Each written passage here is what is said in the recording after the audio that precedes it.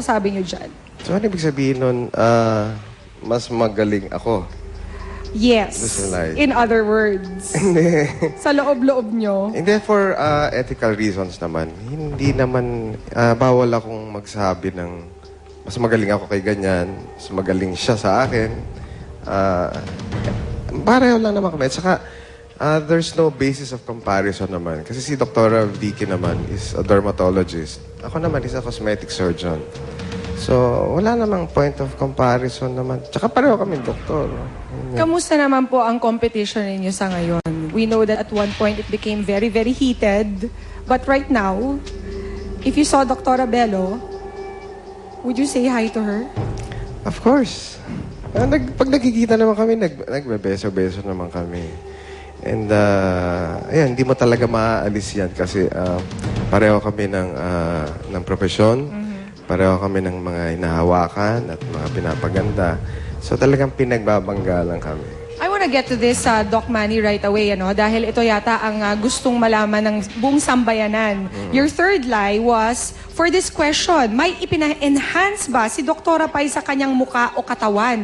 Ang sinagot nyo ay no, samantala ito daw po ay lie. Kasi nung nasalang na ako sa Don't Lie to Me Before, nag-lie din ako. Gawa dun sa nirito ko.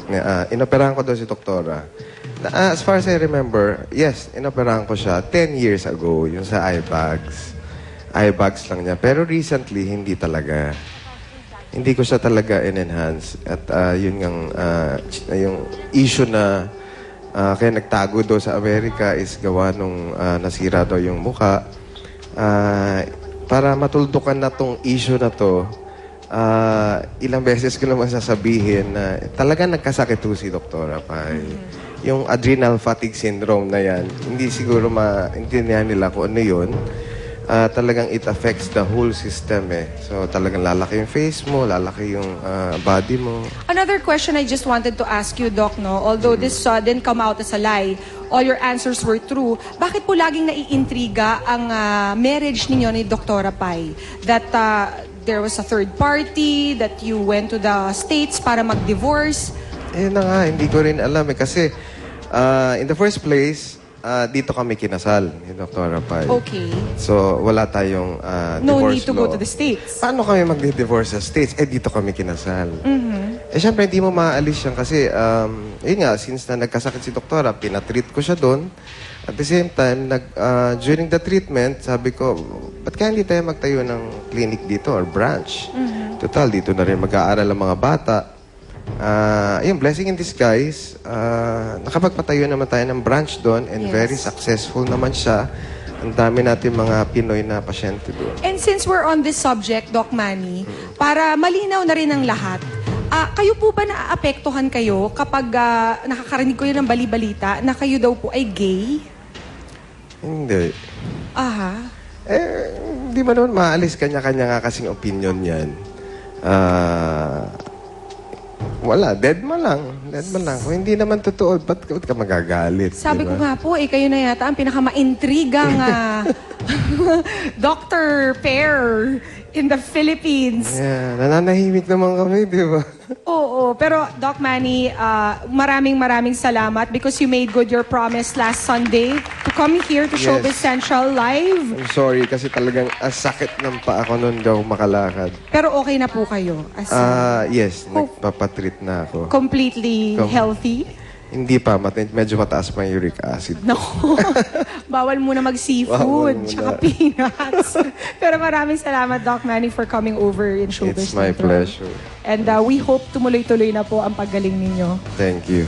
Thank you. Paalala lamang po, ang resulta ng lie detector test ay di dapat ituring na absolute truth. For your lie detector needs, please call Truth Verifier at 634-757-0271. Look for the Captain of Detectives, Captain Conrado Dumlao.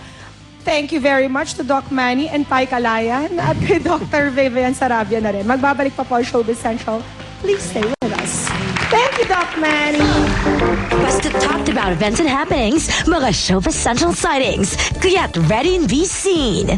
Press launch for Jedi's latest endorsement, Extra Care in Feminine Hygiene Lactacid. Media launch for the very first celebrity golf tournament ni Kuya Germs. Contract signing between Enervon Multivitamins and Samahang Basketball ng Pilipinas. Press launch for the new faces of Greenwich Pasta Supreme. Nakirakraka ng mga celebrities for Raka Tropa the concert. Motorcade for the 35th anniversary of Kalayan Educational Foundation in Lucena, followed by the groundbreaking of the new Kalayan building. Congrats to the participants of the Century Tuna Super Bod Run 2010. Kids learn about physical and mental health via the Celine Children's Wellness Zone. Dove, on its 10th year anniversary, joined hands with the Philippine Commission on Women for the 2010 Women's Month celebration. Congratulations to Ding Dong Dantes' appointment as the ambassador to the Philippine American Group of Educators and Surgeons Operation Hope. And finally, Hello po, Showbiz Central. Nandito po tayo ngayon sa set ng Panday Kids. Papasyal ko po kayo sa likod ng Telefantasia. Tara, let's! Pinag-aralan po namin yung mga weapons namin. Tapos, food po doon, pinag-aral po kami ng martial arts. Tinuturuan po kami ng mga Chinese trainers namin na galing pa pong China. And imagine po, hindi po sila marunong magtagalog.